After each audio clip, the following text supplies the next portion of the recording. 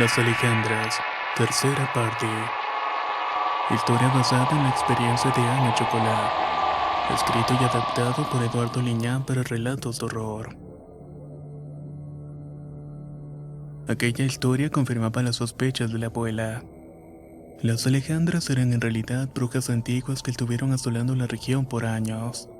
Había una leyenda que era contada desde los tiempos de la colonia.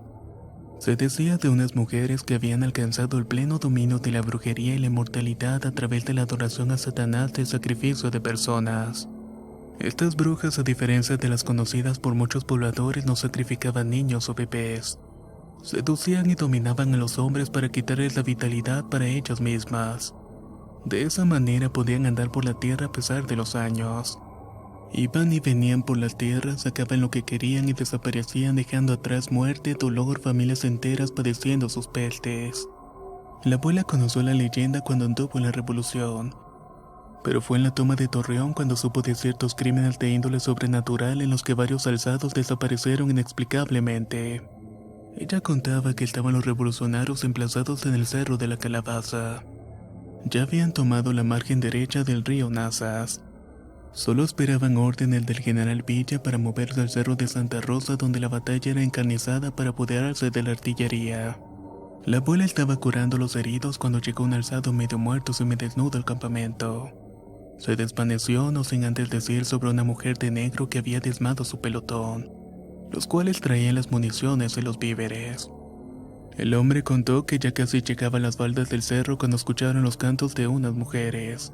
Luego de peinar el terreno en búsqueda de ellas, descubrieron que estaba muy cerca del caudal del río de la zona empedrada.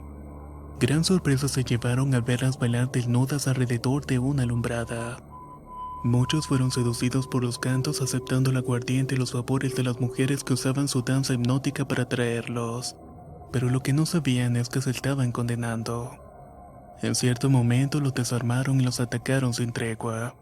El hombre contó que estas apariciones tenían una fuerza sobrehumana y podían volar y tenían un aspecto de negras aves enormes que graznaban de forma horrible en vez de hablar. Hecho por el cual todos se espantaron y fueron masacrados poco a poco entre sus garras. El hombre que sobrevivió murió poco tiempo después por la gravedad de sus heridas. Luego de la victoria de las fuerzas villistas se corrió el rumor que habían encontrado los restos de aquellos hombres que las mujeres pájaro habían matado. Estos fueron apareciendo a la orilla del río Nazas completamente desnudos y sin entrañas. Nadie le encontró una explicación y se lo atribuyeron a la lucha de los días anteriores. Solamente los que conocían a aquellos hombres sabían el trágico destino que habían tenido. Si lo que sospechaba la abuela era cierto, todos los hombres del rancho y las comunidades vecinas corrían peligro de caer en las tentaciones de estas seducciones. De hecho, ya lo estaban haciendo por medio de la cantina. Los atraían y ya estando dentro les robaban la vitalidad hasta dejarlo en los huesos o sin alma. Así que debían hacer algo y debían hacerlo muy rápido. El tío se fue recuperando poco a poco y tuvo suerte al dejarlo vivo. Una vez que se recuperó se llenó de un odio y una sed de venganzas a las Alejandras. Así que no dudó en conspirar con la abuela para expulsarlas del cruce de caminos a las mujeres. Aunque quería expulsarlas tenía que ser más lista ya que no trataba con simples mujeres. Estas eran verdaderamente concubinas del diablo. Necesitaba algo más que intenciones y era valor y fe, algo de lo que se carecía en aquellos tiempos. No pasó mucho tiempo para que sucediera algo importante. Todos estaban muy tensos espiando a lo lejos lo que sucedía en la cantina. La oscuridad de la tierra que rodeaba los caminos fue extrañamente invadiendo todo. Como si su negrura se fuera apoderando lentamente de la vida y el alma de las comunidades. Esta tensión que se respiraba era tal que muchos comenzaron a enfermar por los nervios. La tierra negra, a medida que la humedad avanzaba, traía consigo pestilencias y nubes de moscas que invadían todo, echando a perder la comida, incluso hacía morir a los animales al eclosionar sus hueveras en las gusaneras que se anidaban en la carne de las reses y las chivas. Todos estaban a punto de enloquecer, cuando sucedió algo que cambiaría la historia y marcaría el final del reinado de terror de las Alejandras. Fue una tarde al caer el sol que salía a llenar las bandejas de los pollos con agua y comida para el día siguiente. El ambiente era apacible y el viento cálido soplaba moviendo las ramas de los árboles, emitiendo un siseo arrullador que me tranquilizó y me sacó por un momento del lugar caótico en el que estábamos viviendo. Yo acostumbraba a sentarme debajo de un pequeño tebacán donde mi abuela tenía plantas que cada día regaba. Era mi lugar favorito en todo el rancho. Así que tan solo me quedé sentada cerrando los ojos para que me diera mejor el aire. Fue cuando sentí entonces el cambio de temperatura en todo mi cuerpo. La calidez se había ido y ahora sentía frío, uno que se instaló en mi espalda y cabeza. No terminaba de sentir frío cuando al voltear pude ver sentado junto a mí a un joven. Su mirada perdida y el color pálido de su piel me reveló que se trataba de un ánima. Una de alguien que recién había muerto. Lo sabía por el gesto de incredulidad y tristeza que reflejaba. Una tristeza que conocía perfectamente y sabía porque había tenido una muerte violenta. El joven me miró con una profunda tristeza y en mi mente pude escuchar su voz entrecortada. Dile a mi padre que lamento haberle desobedecido. Dile a mi madre que siempre la voy a querer y diles que estoy en la ermita.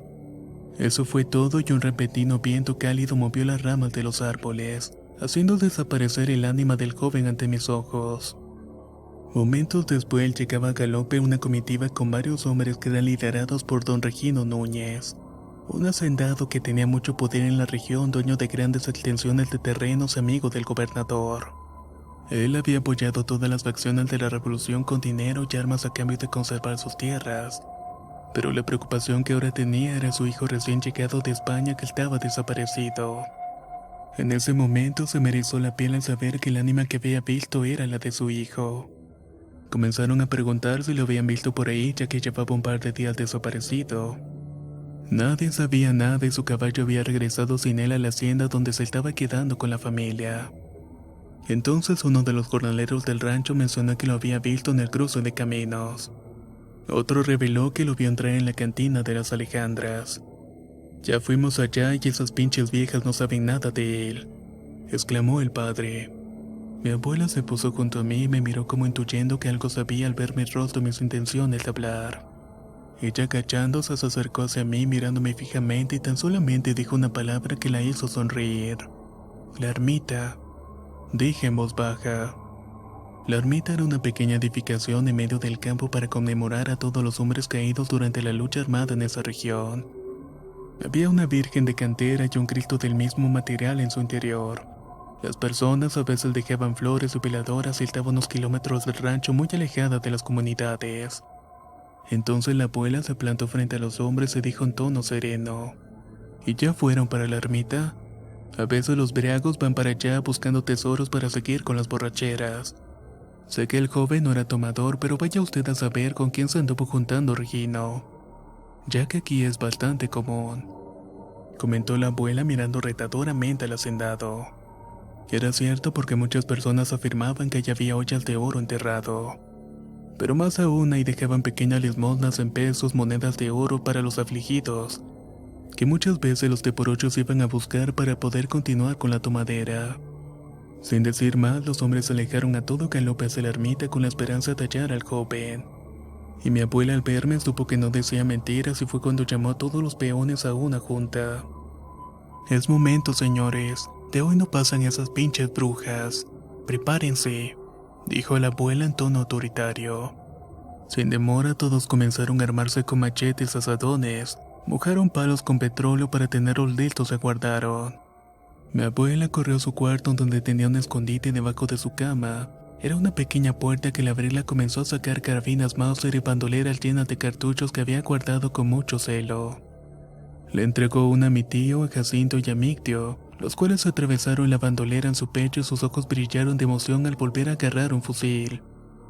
Ella se cruzó un rebozo alrededor de su pecho y se abasteció de un revólver, el cual cargaba en una pistolera piteada con sus iniciales. Cambió los guaraches por unos botines de piel y salió decidida a dirigir a los hombres a los cuales aguardaron en tanto encendían alumbradas para esperar. Casi era medianoche cuando los jinetes de don Regino volvieron a cruzar el camino del rancho. Mi abuela les salió al paso y les preguntó qué habían encontrado. ¿Cómo supiste que mi hijo estaba ahí, mujer?, preguntó afligido el hombre mientras acariciaba el bulto que cargaba en las ancas del caballo, y en el cual estaba envuelto el cadáver de su joven hijo. Mire, don, aquí sabemos que quien entra en esa maldita cantina no sale bien o sale muerto. Su hijo quizás vio algo que no le convino a esas mujeres y lo mataron, explicó la abuela. ¿Cómo sabes que fueron esas mujeres?, preguntó con recelo el viejo.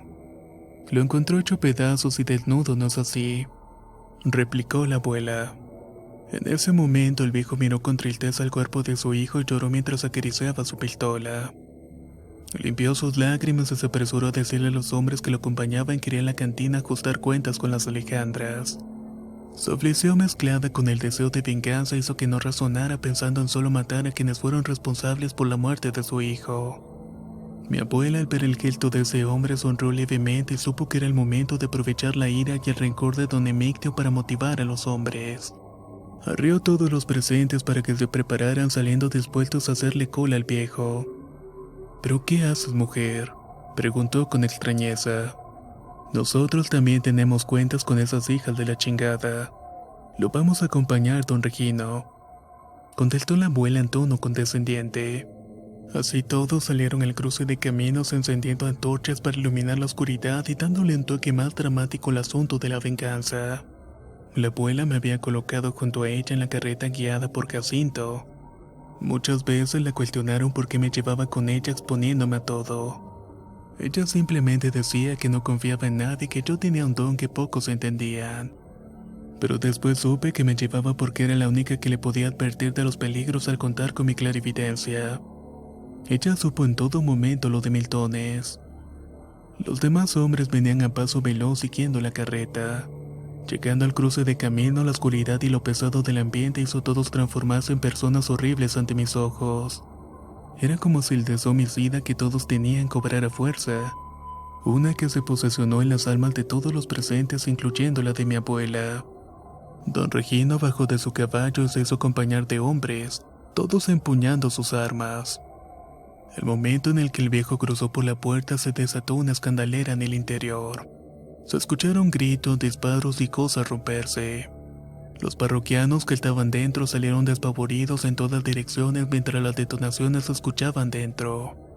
De pronto uno de los hombres de don Regino salió expulsado violentamente haciendo añicos una de las ventanas, mientras que otro era arrojado por la puerta con la cabeza girada sobre sus hombros.